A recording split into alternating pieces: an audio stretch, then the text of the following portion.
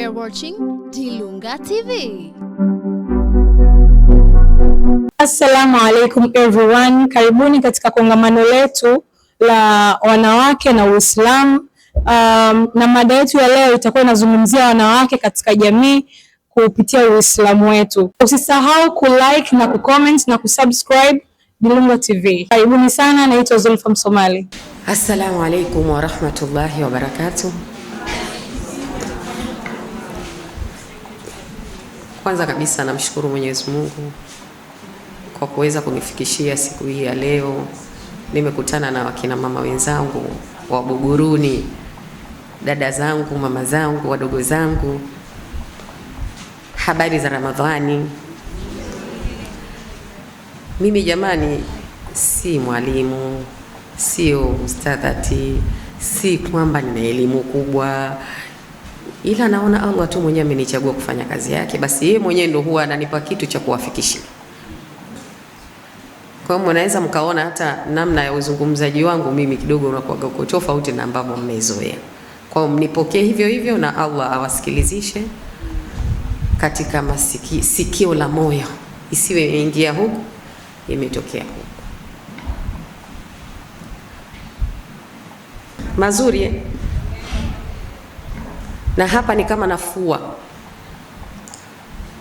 Mtu anayefua si tunajua anatakasa nguo na mikono yake. Kwa hiyo hapa nawaambia nyie na kujiambia mimi mwenyewe, sote kwa pamoja tuweze kujisukuma.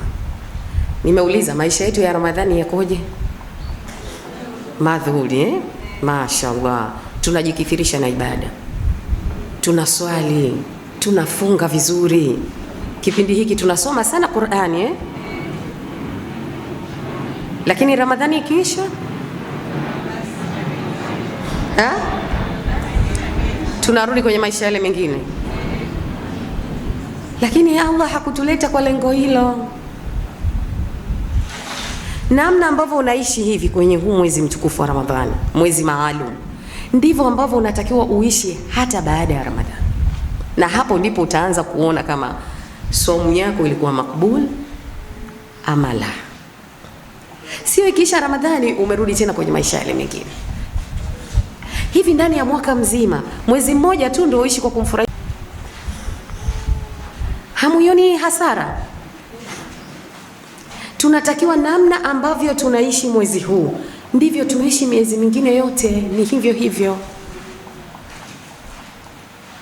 Lakini kwa namsikia shehe wangu hapa anavyozungumzia kuhusu wanawake na Uislamu, Mashaallah, Mashaallah, alhamdulillah. Na mimi nimepata jambo, niwashukuru waandaaji. Washukuru sana waandaaji. Nimekaa pale kwenye kiti nasikiliza, nasema watu kumbe huwa wanafaidi jamani. Mashaallah, Mashaallah. Amejaribu kutuonyesha namna ambavyo wanawake wa Kiislamu wenzetu ambao wamejitoa, na kiukweli sisi hata tufanye vipi hatuwezi kufikia magumu walioyapitia wenzetu.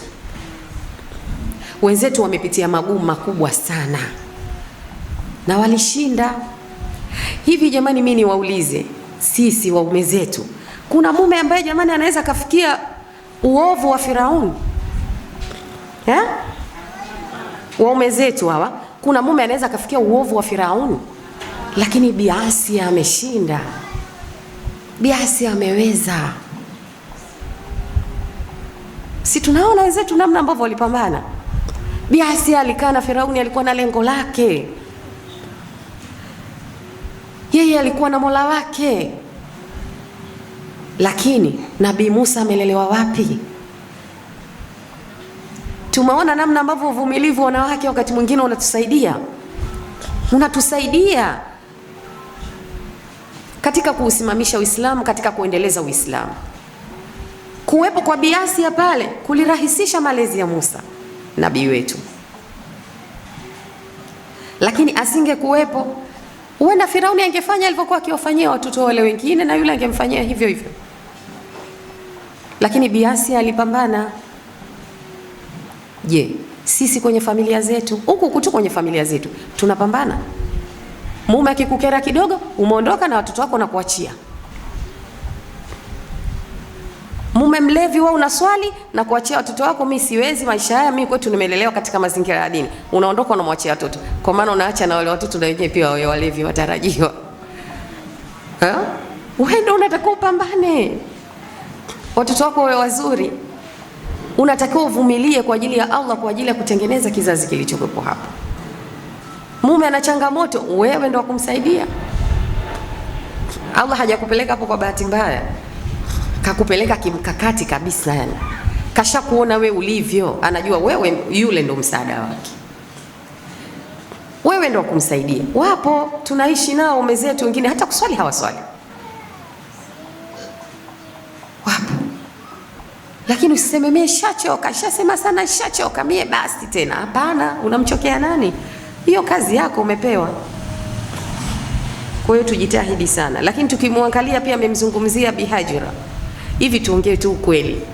Sisi hapa sasa hivi unakwenda kuacha kwenye jangwa, hakuna maji, hakuna chakula, hakuna chochote, na uko na katoto kadogo, mume anaondoka. Sisi tunaweza? Na anaondoka anarudi kule, kuna bibi mkubwa kule, mama yetu Sara. Ingekuwa sisi hapo, yani mimi ndio unaniacha pale hichi kitoto, mimi ndio yani maneno yote tungemaliza. Lakini mama Hajira alimuuliza tu,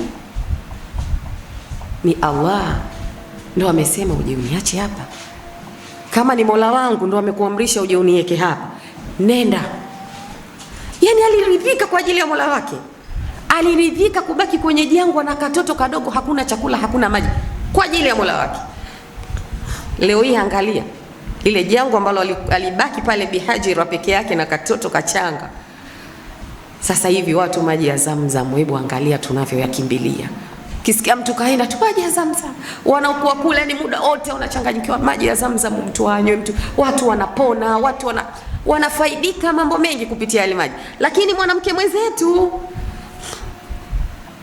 ndiye aliyekuwa kwenye lile jangwa akihangaika kutafuta hata maji kwa ajili ya mtoto. Lakini angalia Bi Hajira alipokuwa akizunguka kutafuta maji, kutafuta chakula, anazunguka, anaenda huku, anarudi huku, anaenda huku, anarudi huku. Si ndo Safa na Marwa ambao watu wakienda kule ndo wanafanya hiyo ibada katika kuenzi hilo jambo? Hebu ona alivyopata mambo makubwa ambao hadi sisi leo hii tunaenzi. Kila alichokuwa anakifanya tunakwenda, tunarudi, tunakwenda Marwa, tunakwenda hivyo. Ni Bi Hajira, kwa sababu alikuwa yu tayari kufanya chochote kwa ajili ya, ametuambia kaka, tumpende Allah. Ukimpenda Allah utafanya chochote. Nilikuwa nataka nikazie hapo kidogo. Sasa kitu ambacho leo niliwaandalia hapa, mimi nataka tumeambiwa namna ambavyo mwanamke na Uislamu, tumeona ambavyo tunatakiwa tujikithirishe katika dini yetu. Uislamu sio uwe kwenye Uislamu alafu usiishi Kiislamu. Hicho ndio tunachotaka kukikazia hapa. Tuna neema kubwa ya kuwa Waislamu, lakini tunaishi Kiislamu. Isiwe ni Waislamu tu jina, lakini huna tofauti na hao makafiri. Wanaoyafanya makafiri ndio unayoyafanya wewe. Yaani wewe ni Muislamu tu ndio basi. Una swala wewe, unafunga wewe, una stara wewe, humtii mume wewe. Yaani wewe ni wewe ndio wewe sasa. Ndio wewe. Hakuna kitu hapo pia bado. Uwe Muislamu na uishi Kiislamu. Sio, tunaelewana? Na hapa katika kuishi Kiislamu mimi nataka tujione. Mada yangu mimi kubwa ni katika kujiona. Mimi na nyie wote tutatafakari kwa pamoja hapa ili tuweze kujiona. Naomba simame kidogo. Subhanallah, hawa wenye kamera zao sitakwaje. Mesha seti hapa. Basi. Nataka simame. Basi hamna neno. Utaharibu, acha. Nataka tujione. Mwanadamu sisi tujizungumze sisi hapa tulipokuja hapa duniani. Tunajua namna ambavyo tulikuja. Hatukuja na chochote. Tulikuja watupu. Hatuna nguo, hatuna chakula, hatuna maji, hatuna maziwa, hatuna unga, hatuna sukari, hatuna chochote. Si tunajua tulivyokuja. Baada ya kufika hapa duniani ndio Allah subhanahu wa ta'ala anaanza kukuazima mama anakuazima maziwa, unapata maziwa kwa mama. Anakuazima baba, anakuazima mjomba, anakuazima shangazi, anakuazima dada. Naomba mnielewe vizuri. Nikisema kuazima, si mnaelewa? Maana tumejimilikisha sana ambavyo sio vya kwetu. Tumejimilikisha vitu vingi ambavyo sio vyetu. Tumejimilikisha watu ambao sio wetu. Kwa hiyo tunaazimwa kila kitu, na tunaazimwa kwa sababu ya kutafuta cha kwetu. Nikana kwamba umekwenda sehemu, umekwenda kutafuta maisha, lakini huna chochote. Watu wakaanza kukuazima pa kukaa, wakakuazima vitendea kazi, wakakuazima kibanda hiki weka biashara, na kuazima msingi ili upate uvune, si ndio? Ndio na sisi tulivyofika tu hapa duniani hatukuwa na kitu chochote. Au kuna mwingine hapa alikuja na tana nepi? Hatukuja navyo. Kwa tukaazimwa na Allah subhanahu wa ta'ala ili tuvitumie tulivyoazimwa kutafuta cha kwetu.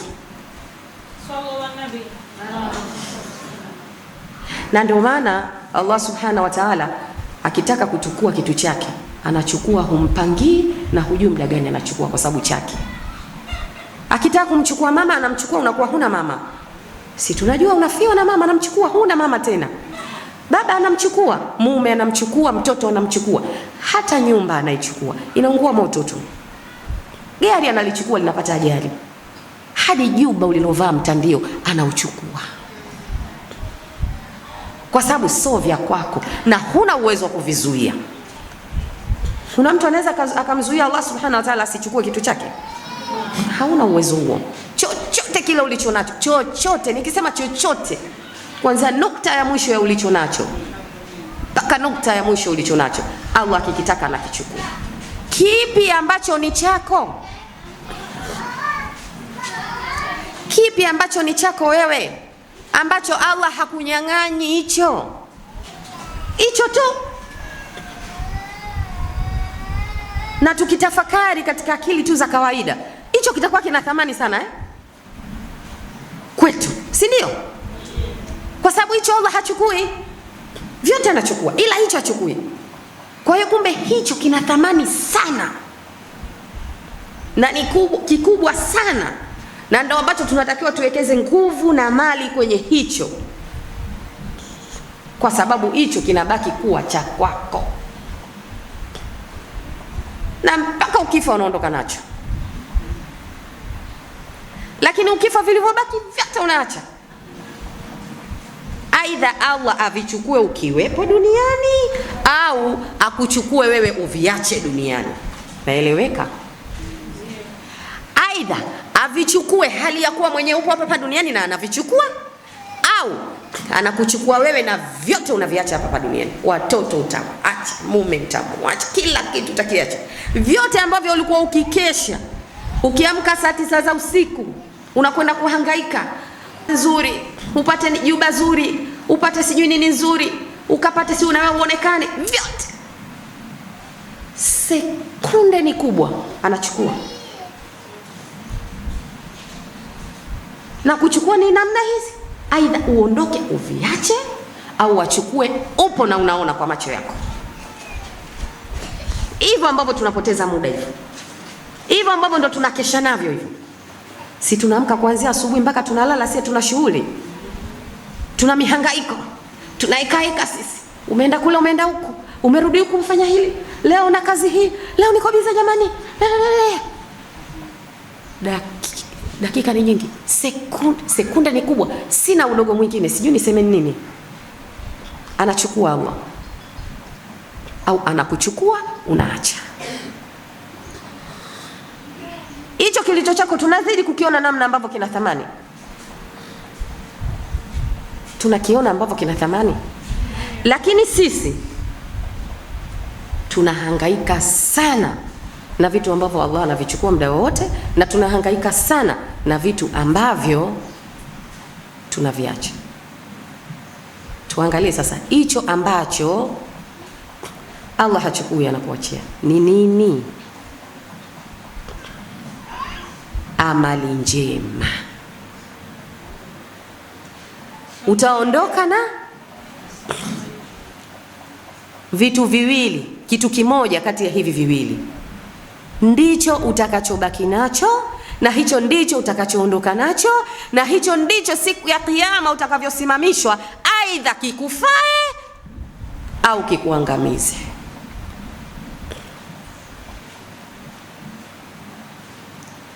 Uondoke na mema au uondoke na mabaya.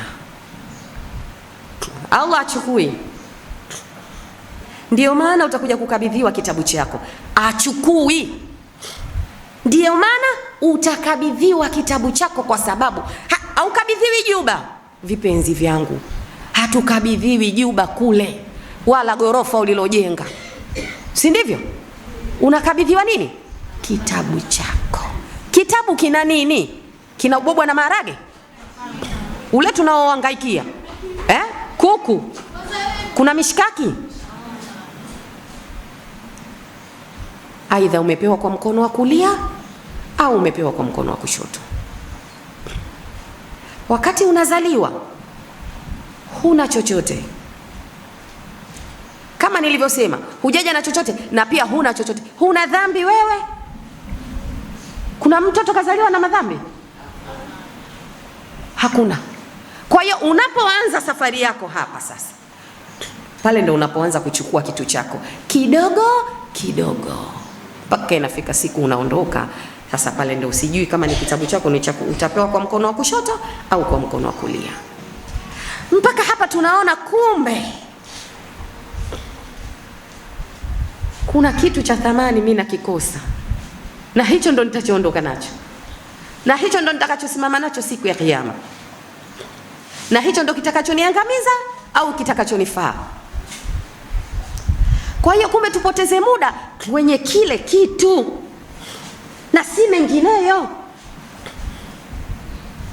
Tutumie muda wetu vizuri kwenye hicho tunachoondoka nacho, kwa sababu niambieni hapa, kuna mtu anajua anakufa saa ngapi?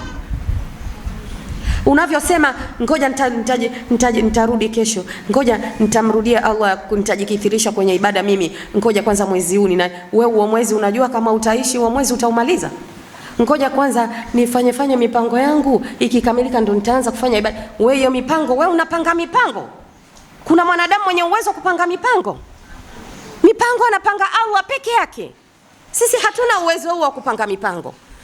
Kwa nini tunajidanganya sisi? Sisi tunajidanganya sana.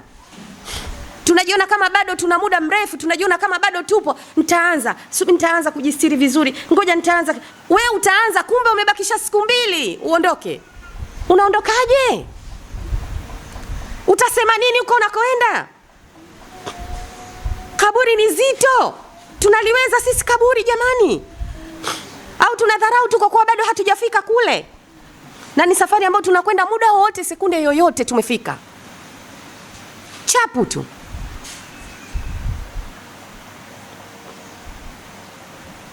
Naona kama imekata au inafanya? Inafanya. Nini? Ilikuwa imeshuka. Tunaelewana ndugu zangu? Hii imekata. Tumeelewana hapo?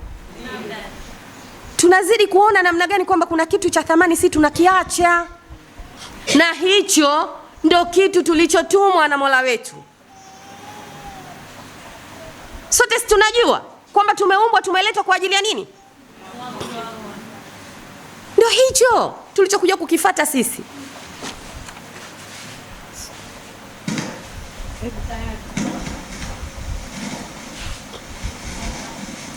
Hicho ndo tulichokifata, hicho ndo tulichokifata. Subhanallah. Jamani, mbona nikiweka hivi na asante. Acha tunishike. Tunaelewana? Tunazidi kujiona namna ambavyo tunapata hasara. Na kiukweli wakina mama wenzangu, Mtume wetu Muhammad sallallahu alaihi wasallam, sisi ndo ametuona wengi motoni, sisi ndo tupo wengi wakina mama. Sisi tunadharau. Sisi tunaishi kawaida sana. Sisi tunachukulia vitu kawaida. Sisi tunasengenya sana. Sisi wambea sana. Sisi wachonganishi. Sisi wagombanishi. Sisi hatuna utii kwa waume zetu. Sisi hatuna stara. Na hata funga zetu sisi zinakuwa na mashakili. Umefunga lakini ndio uko kijumba cha pili. Umbea wewe. Utasengenya kutwa nzima. Saumu gani hapo inayoenda? Ikiwa unazungumza maneno mabaya na machafu. Kwa tunajikuta sisi kwenye funga hatumo, kwenye swala hatumo, kumtii mume hatumo, kwenye stara hatumo. Sisi jamani, sisi ni sisi tu, ni sisi. Tubadilike. Tubadilike jamani. Tubadilike sana. Leo hii wakina mama si mahodari sana. Tunaamka saa 9 za usiku kukanda mandazi ya biashara. Tunaamka saa 9 za usiku kwenda feli kufuata samaki. Tunaamka saa 9 za usiku sisi kuchoma vitumbua vyetu. Mbona tuamki usiku huo kwa ajili ya Mola wetu? Kile kitumbua unachokihangaikia pengine hata hujaviuza, umeondoka. Lakini je, ungekuwa umeamka kwa ajili ya Mola wako usiku mkubwa kama huo, ukalia na Mola wako, ukasema na Mola wako, huoni kuwa unaondoka na amali njema? Maana vitumbua huendi navyo, hata hizo hela faida unazopata huendi nazo, hiyo ni hasara. Na sisemi hivi ili tuache kufanya biashara, hapana.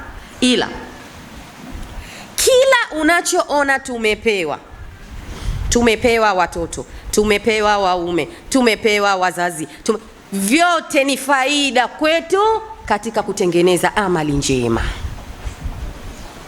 Naomba mnielewe. Mtumie mzazi wako kumfurahisha Allah subhanahu wa ta'ala. Mtumie mtoto wako kumfurahisha Allah subhanahu wa ta'ala. Mtumie mumeo kumfurahisha Allah subhanahu wa ta'ala. Naeleweka? Mtume wetu Muhammad sallallahu alaihi wasallam alituambia mambo haya 4. Unachagua mlango wa pepo: swala, stara, funga, kumtii mume. Kwa hiyo unavyomtii mume wako unamfurahisha Allah subhanahu wa ta'ala. Na ni mafundisho ya mtume wetu Muhammad sallallahu alaihi wasallam. Pale unatengeneza amali njema. Si nimeeleweka? Kumbe tunakuja kuona vile vitu tulivyoazimwa. Nilitangulia kusema mtu anaweza akaja anataka kufanya biashara, hana chochote, anaazimwa vitu ili kutengeneza. Na sisi tumeazimwa waume, watoto, wazazi ili tutengeneze. Sasa sisi badala ya kutengeneza tunabomoa. Hatutumii hizo fursa. Wewe umepewa mtoto, unamleaje? Wakati ungekuwa umeacha sadaqatun jalia kwa kuacha mtoto mwema. Mwenzio hajapewa mtoto, wewe umepewa, hiyo ni fursa. Mlee katika njia ya Allah subhanahu wa ta'ala, muongoze, mkithirishe kwenye dini. Huyo anavyokuwa mwema, wewe ukiondoka umeacha sadaqatun jalia. Uone kuwa umebeba kitu chako hapo. Lakini hawa watoto wetu ndo tunafunga wenyewe vibwebwe, wacheze ngoma, wacheze singeli, tuwarekodi, tuwaposti. Nimecheka kwa uchungu. Kwa uchungu sana. Sababu nimeshuhudia sana hivyo vitu. Vinaumiza. Namna tunavyopata hasara wazi wazi. Hii hapa kabisa tunaiona. Na wala hatujali. Leo hii mtu anafanya kazi ofisini, jamani, anavyonyenyekewa huyo bosi. Bosi akitokea mtu anapopapatika, anaweza kavunja mguu hivyo. Bosi anakuja, watu wanapapatika, watu wanakimbizana kumpapatikia bosi. Mbona Allah hatumpapatiki hivyo? Mbona tukisikia adhana tumetulia? Anatajwa nani pale? Pale si ndo palikuwa pa kuvunja mguu, ukaacha kila kitu kakimbilia. Lakini mtu atakimbia kaona maslahi ya dunia, jambo la duniani ndo atalikimbilia. Tusihangaike na vitu vyenye baada, tuhangaike na kisicho na baada. Ukisoma nasari, kondali, chuo, yani kina baada. Yani baada hiki ni hiki, baada hiki ni hiki, baada mtandio mwekundu, mtandio wa kijani, Baada ya ubwabwa utakula ugali na tembele, baada ya tembele utakula samaki, kesho utakula maharage, kesho. Yani ni baada ya hicho kuna kingine. Lakini ukimfurahisha Mola wako akakutunuku pepo yake, baada ya pepo kuna nini? Kuna nini baada ya pepo wenzangu? Basi hicho ndio cha thamani. Ndio cha kusumbuka nacho. Tunaelewana ndugu zangu? Hicho ndo cha thamani na hicho ndicho cha kusumbuka nacho. Yaani jamani, unaweza ukakuta mtu analia kwa ajili ya mtu, lakini mtu hajawahi kulia kwa ajili ya Mola wake.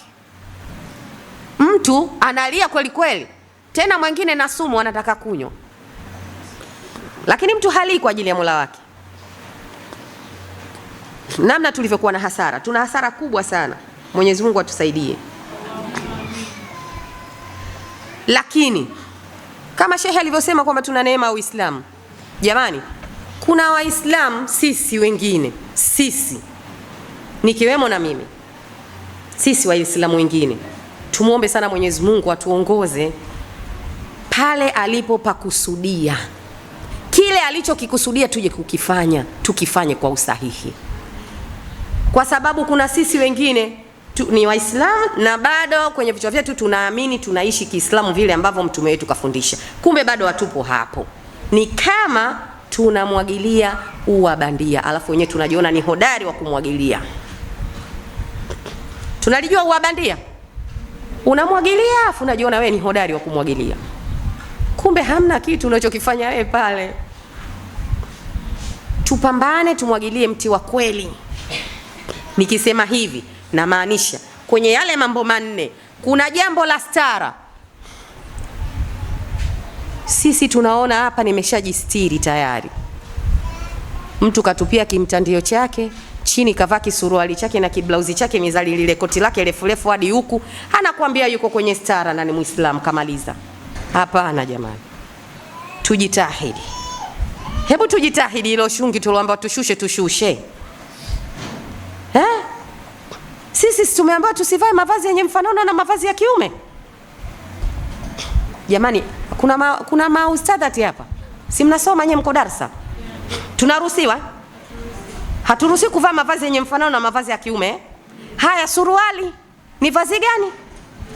Sasa inakuwaje mtu kavaa suruali? Basi ndo kwa sababu hata ikiwa ni ya suti, kashapiga koti ni refu limefika huku, kapiga kihijabu chake, tayari yuko kwenye stara, ni mwanamke wa Kiislamu anamfurahisha Mola wake. Jamani, tusimwagilie maua bandia.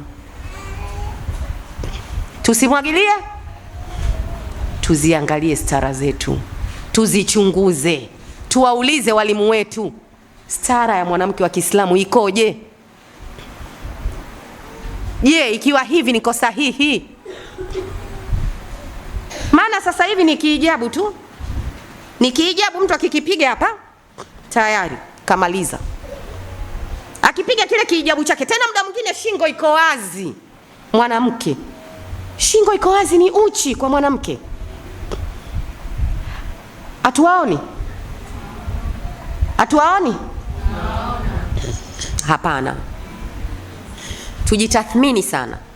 Tusimwagilie ua bandia. Lakini tuje kwenye swala. Mtu anaonekana Ijumaa hadi Ijumaa. Ndio swala hapo mwenyewe kashamfurahisha Mola wake, kashasimamisha swala tayari. Sasa hizi 5 kwani kaambiwa nani? Kwani tumegawanyika mafungu? Kwamba wenzetu wafanye sisi tusifanye? Hapana. Lakini hiyo swala yenyewe pia udhu haukamiliki. Ndio maana tuingie madarasani tusome. Huwezi kufanya ibada kwa ukamilifu kama hujasoma. Wakina mama tuko nyuma kielimu, tusomeni jamani. Maana hiyo swala yenyewe huenda unaswali lakini haiko sawa. Kule kwenye udhu kwenye bado hakujakamilika ulikotoka. Sijui naeleweka? Tusimwagilie maua. Kisha tukaenda kule tukakuta patupu, tukaona kama tumeonewa, kumbe hatukufanya wenyewe inavyotakiwa. Tukague ibada zetu, tukague swala zetu, tukague stara zetu, tukague funga zetu. Funga hizi tuzikague kina mama. Tunaongea sio kina mama ndo tunaongoza kwa midomo. Umefunga lakini mdomo mama mdomo mama hadi matusi anakutoka na umefunga mama. tujizuie. Funga viungo vyako, usifunge tumbo tu. Funga mdomo wako, unazungumza nini? Funga mikono yako, inashika nini? Funga macho yako, unaona nini? Sio umefunga wewe ndio sizoni na wewe napoteza muda, nasogeza muda wa kufuturu fike. Hapana. Funga ipi? Unatazama watu ambao wako uchi. Funga ipi? Unatazama watu wanaozini. Funga ipi? Funga ipi? Unaulisha nini ubongo wako hali ya kuwa uko kwenye saumu? Tuwe makini. Tunaweza tukajikuta tunashinda njaa, ndugu zangu, mimi na nyie. Naeleweka? Ndio. Lakini tusimwagilie maua bandia kwamba ndio umeshaolewa, wewe ndio una mume huko kwenye ndoa, basi wewe ukajiona kwamba ndoa ni nusu ya dini na mimi ndio niko kwenye nusu ya dini. Lakini mwanamke, wewe mume wako, yani ile nyumba yako anaanza kuiona jahannam kabla hata huko hajaenda. Nyumba ya moto. Yani hadi kurudi anawaza apitie mlango gani. Yani ikifika mwanaume, ukifika muda wa kurudi nyumbani ndo anachanganyikiwa. Wakati mwanaume muda wa kurudi nyumbani atakuwa ndo afurahi. Anarudi kwa kipenzi chake, anarudi kupumzika, apumzishe mwili wake, akili yake, afurahi na familia yake. Yeye ndo anawaza.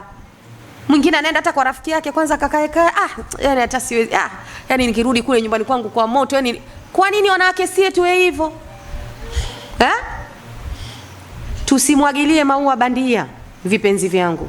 Tunaelewana? Mwenyezi Mungu atufanyie wepesi. Mie mwenzenu, kama kuna kitu kinanisokota kwenye moyo wangu kila ninapowaza kwamba sie ndo tuko wengi motoni, naumia, roho inauma. Basi natamani sijui Mwenyezi Mungu atusaidie tusiwe miongoni mwao.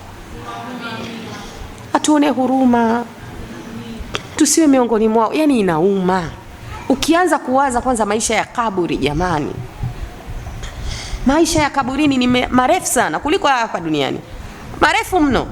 Ukija siku ya kiyama imeitwa siku tu, lakini ni miaka 1050 umesimama. Huna jema mbele ya Mola wako wewe. Yani wewe Mola wako sijui, yani ya Rabbi. Hapo hujaingia sasa kama ndo motoni milele. Hivi milele unajua ni neno fulani lina herufi chache sana, afu tunaliona la kawaida. Ila ukisikia milele, yani huko hakuna namba. Namba zile zimeisha. Yani wewe ndio umefika. Kwa ajili ya haka maisha kachache tu kama miaka 20, 60, 70, 80, 90, 100 ya duniani. Tunakubali vipi? Kwa sababu ya kumwangalia jirani, shoga yako, ndugu yako, kwamba anaishi hivi na mimi niishi. Usiishi kwa ajili ya watu, ishi kwa ajili ya Mola wako. Usiishi kwa kuangalia watu, ishi kwa kumwangalia Mola wako. Ukuja naye huyo, ukiondoka unaondoka peke yako. Tunawaona ndugu zetu walikuwa marafiki zetu, tulikuwa nao karibu, tulifanya nao mengi, lakini siku ya kuondoka ameondoka na ya kujibu anayo mwenyewe huko peke. Sasa kama ushajijua wewe unaondoka peke yako. Yani mimi nasemaga hapa duniani ni kama kwenye daladala, vipenzi vyangu. Ukipanda daladala si unakutana na watu kibao. Story nyingi mle, watu wazungumza mpira, watu wazungumza hizi. Lakini kituo chako kikifika unawaambia wale watu tushukeni. Unashuka peke. Na unakoenda ni peke. Na mambo ni yako kwa mwenyewe peke. Sasa kwa nini tuzuzuke ukifika kwenye daladala ukasahau majambo yako? Ukaanza kuzuzuka na watu ulokutana nao. Unachanganyikiwa. Tuache kushangaa magorofa jamani. Napenda kuutumia huu usemi kwa kutiana motisha. Wanasema tuache kushangaa nini? Hapa namaanisha tuache kushangaa mambo kwenye TV tunayoyaona, kwenye masimu. Tunashangaa sijui huyu mzuri, huyu sijui maarufu, huyu sijui ana gari zuri, huyu ana jumba zuri, jumba lake zuri sana, ile baibu jamani. Hiyo ndo kushangaa magorofa. Tuache. Tufanye lilotuleta. Tuchukue kitu chetu, tuondoke. Tuchukue kitu chetu, tuondoke. Tuchukue kitu chetu, tuondoke. Mbona wachache wanaotaka kuchukua kitu chao? Sisikii sauti. Kumbe wachache tunaotafuta kitu chetu.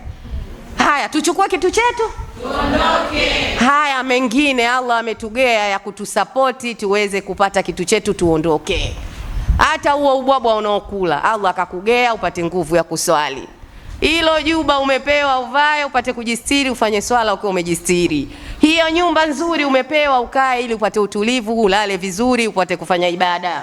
Huyo mtoto umepewa ili umtengeneze, ujiongezee pale kwenye amali zako, ili uweze pia kuipa dini ushindi. Kuipa dini ushindi lazima tutengeneze watoto. Ndio washika vijiti wetu, ndio wanaofuata kuishika kazi. Umeelewa? Tusipowatengeneza hawa tunadidimiza Uislamu, na sisi wakina mama ndio walezi. Kwa hiyo kila ulichopewa umepewa kwa sababu ile ile ya kitu chetu. Kwa hiyo kila unachofanya fanya katika kuhakikisha jambo hili ninalofanya kitu changu hapa kipo. Amna acha. Hilo silo. Mume umepewa upate kitu chako. Wewe vile unavyomtui mume unapata. Unapata tena huko jamani. Inshallah Mwenyezi Mungu akituwezesha siku tutakuja kuwazungumzia kwa kwenye ndoa. Yaani huko ndo kwenyewe. Huko ndo haswa. Yaani huko ndo tukashuke hadi tushuke tena kwa waume zetu. Sana. Haijalishi umemzidi umri, haijalishi umemzidi elimu, haijalishi umemzidi mali. Mama shuka hadi shuka tena. Ukifeli hapo, na ndio maana tumekutwa wengi. Niwape siri, hicho kipande hicho. Hicho kipande ndio kinachotufanya sisi tunapotea hicho. Wala huku kwenye swala, kwenye stara, kwenye ni kidogo, japo kwenye stara pia tunapotea. Ila kwenye kumtui mume, hapo ndo namba moja tunapopotea sisi. Bado tunawachukulia waume zetu kawaida sana. Hujamjua vizuri mume. Wallahi tuwajue waume zetu ni kina nani. Hivi wewe, hebu ogopa kidogo tu nikutolee mfano. Mama yako mzazi kakuzaa kwa uchungu, kakulea, na baba yako wamekusomesha, yani ushasoma, yani ule muda sasa mama naye ndo akae aweke nne mwanawe, sasa kule ndo apike, afanye hivi, amsaidie. Anakuja mtu anapiga hodi, nataka chombo hiki. Anapewa. Anaenda sana ndugu zangu. Lakini kama nilivyosema, chochote tunachokifanya tukifanye hapa duniani, chochote ambacho tutakuwa tunakifanya, tusifanye kwa maslahi ya dunia. Tufanye kwa maslahi ya akhera.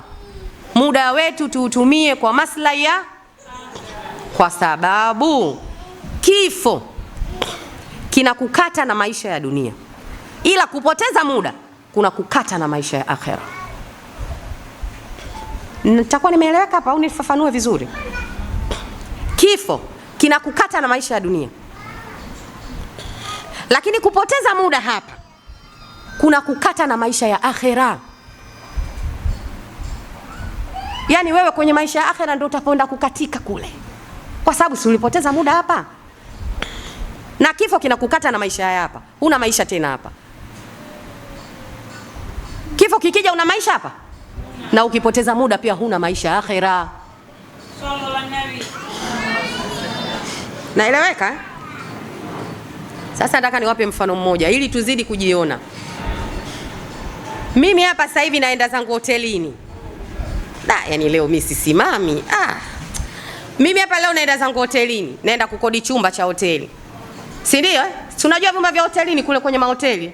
Unalipia, unachukua chumba labda pengine mwezi, siku 3, wiki, si ndio? Basi nikishachukua kile chumba bwana, natafuta watu wa decor. Nawekeza kweli kweli kile chumba. Nafanya decoration kweli kweli. Gharama kweli kweli na kilemba kweli kweli. Alafu muda wangu wa kukaa ukiisha. Kweli? Hii ni akili? Ni akili? Muda ukisha unaondoka. Ndio sisi tunapofanya decoration hapa duniani. Unajenga mjumba 10, unataka mijumba na mijumba, utoi sadaka wewe. Hela zako ukizipata wewe mara unue kile ukitende.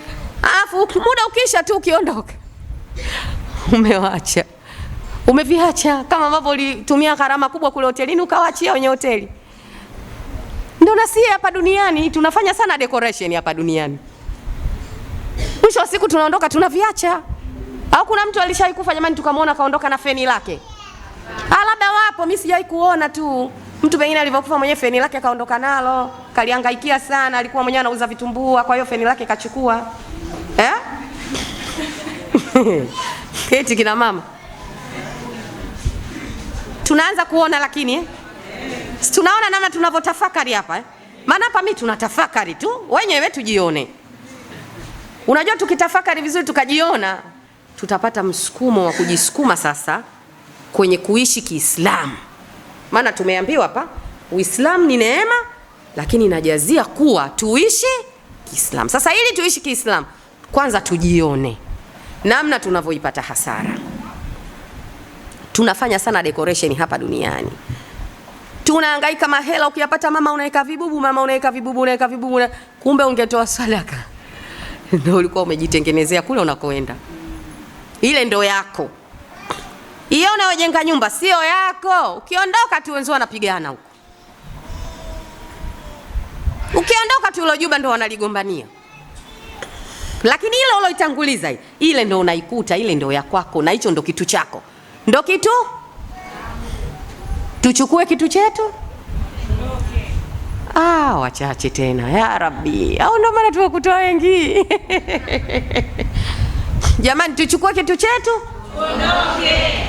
Haya mavitu tunayoona duniani yote haya tumeazimwa tu kwa ajili ya kufanya kazi ya Allah Subhanahu wa Ta'ala.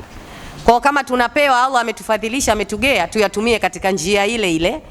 Tusiyatumie katika njia nyingine. Maana unakuta mtu umepewa mavyakula, wewe umejaza ndani, utoi sadaka ukampa jirani yako ana shida.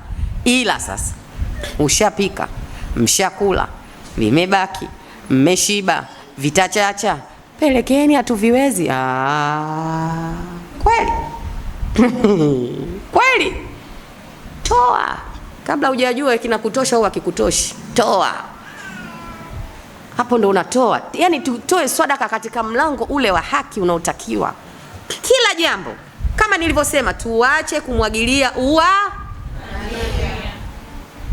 Ukipiga stara mama, piga kweli. Wewe pata tu hilo joto kwa ajili ya Mola wako. Jamani, stara nayo ni ibada, ndio maana Mtume kwenye mambo yale manne kaiweka, ipo pia kaitaja Mtume wetu Muhammad sallallahu alaihi wasallam. Alichokisema Mtume wetu Muhammad sallallahu alaihi wasallam kutufundisha sisi tukifanya, ujue hicho ndio kinachomfurahisha Mola wetu. Kwa hiyo unafikiri Mwenyezi Mungu atuoni? Tukivaa majuba na ile jua kali huko tunavotembea atuoni? Anatuona na anajua sana.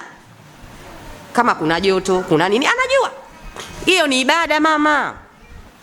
Usiangalie kupendeza wa kuone watu nje, pendeza kuona Allah Subhanahu wa Ta'ala umependeza. Mpendezeshe Mola wako mama. Huyo binadamu mwenzio atakusaidia kipi? Hakufai huyo. Anayekufaa ni Mola wako. Kwanza tusije tukajidanganya kuna binadamu anaweza kumfaa binadamu mwenzio. Anayetufaa ni Allah peke yake. Yeye ndio mwenye uwezo wa kutupa chochote. Yeye ndio mwenye kutupa dhiki, yeye ndio mwenye kutupa raha, yeye ndio mwenye kutupa mitihani, yeye ndio mwenye kutuondolea mitihani. Kwa hiyo huyo ndio wa kumwangalia. Ukivaa jiangalia kwenye kioo, sema hapa Mola wangu nimemfurahisha, nimemfurahisha. Toka mama. Sio hapa watanionaje? Nimependeza watanionaje? Leo naenda kuwaonyesha leo.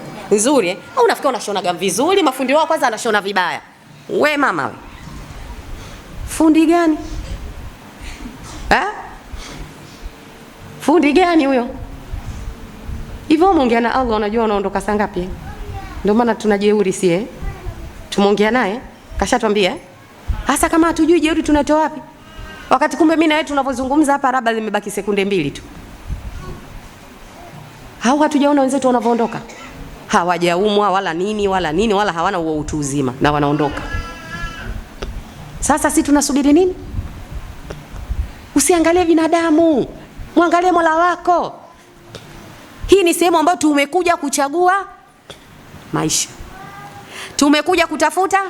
Unamkuta mtu anakuambia natafuta maisha bwana. Unatafutaje hayo maisha? Yaani ndo anatafuta maisha, anatafuta hela, jenge nyumba hapo ndo katafuta maisha. Jamani, kinachotafutwa si hakipo. Hivi kitu kinaonekana kitasemwa kinatafutwa?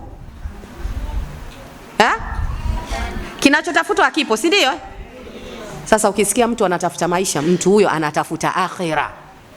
Kwa sababu ndo haipo, anaitafuta. Huwezi kutafuta kitu kinachoonekana.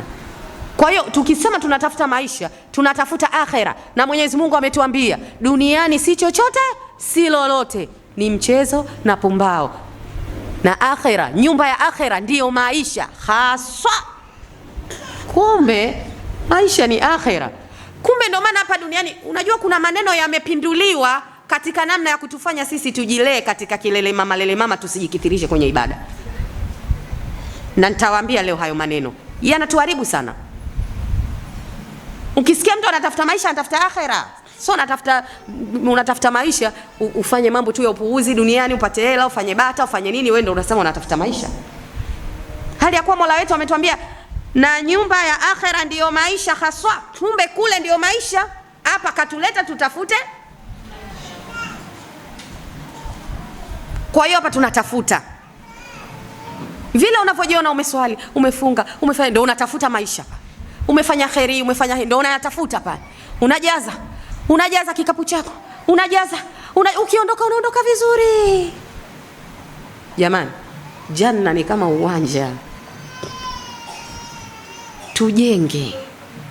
Panda mti, eka gorofa lako, weka hiki, weka kile, unarudi kule.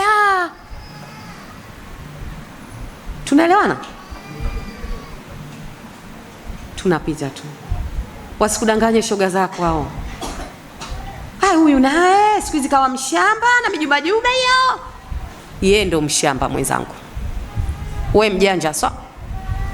We unamfurahisha Mola wako aliyekuumba, akakupa mikono, akakupa miguu, akakupa macho, akakupa hiyo nguo, akakupa kichwa cha kuingiza hilo juba, akakupa akili ya kutafuta, akakupa. We unamthamini Allah subhanahu wa ta'ala, unakuwaje mshamba? Mshamba yeye sasa. Maana hajitambui. Alimfadhilisha yote hayo, hata hamnyenyekei. Anakuwaje yeye mjanja? Alafu yeye nikitaka kuamini yeye ndo mshamba. Mtaona tu kama yeye ndo mshamba. Sasa basi, nataka tuangalie namna gani kwamba ukijikithirisha kwa Allah, ukafanya yale yenye kumpendeza, wewe ndo mjanja. Si tumeambiwa hapa wenye akili? Au hatukuandika wa mama? Si tumeambiwa wenye akili? Hao ndo wenye akili. Na hao ndo wajanja. Kwa sababu nataka tupige mahesabu fulani vya tutawaona sasa wajanja pale. Mnanielewa?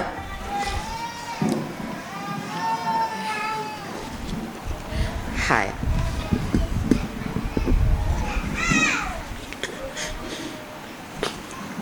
Unapoamua kujikithirisha kwa Allah, unapoamua,